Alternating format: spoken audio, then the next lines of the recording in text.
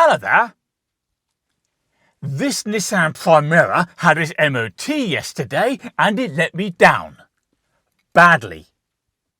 Not because it failed though, but because it passed with no advisories.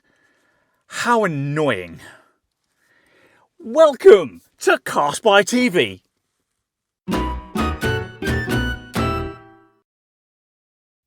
So, why has this car let me down?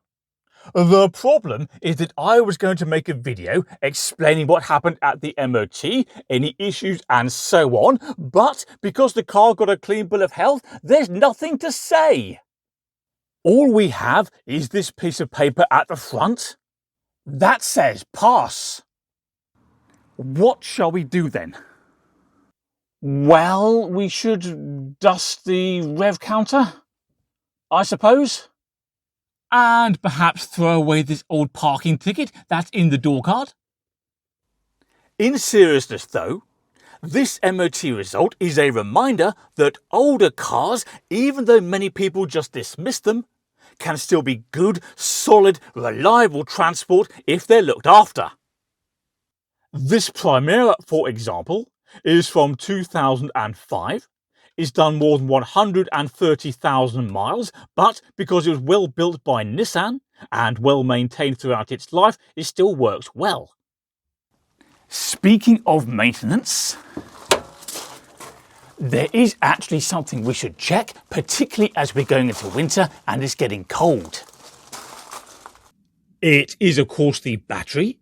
Batteries are more likely to fail in the winter, and as this one's a few years old, it's worth running a test to make sure it's still healthy. If this test suggests the battery is approaching the end of its life, we'll therefore replace it now, rather than wait for it to fail completely and then have a car that won't start. Because that would be very irritating. Right, so let's get this thing going. The battery is in the vehicle. Yes. Need to increase this number to 670.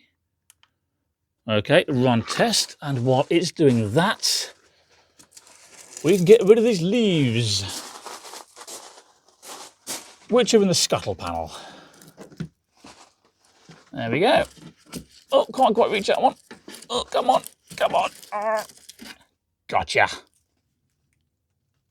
Oh dear, the test says replace battery.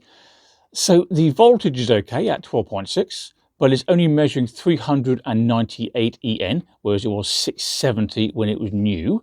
Let's have a look at the next page. There we have state of health 50%, state of charge 100%. Right. Interesting.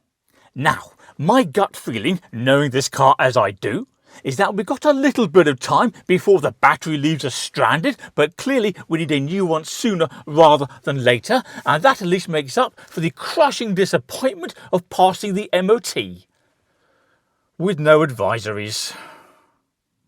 And that's it. But before you go, don't forget to subscribe to CarSpyTV. That makes it easier to find my other content. Can you also please do me a favour and click like on this video, and I'll see you next time. What's all that stuff?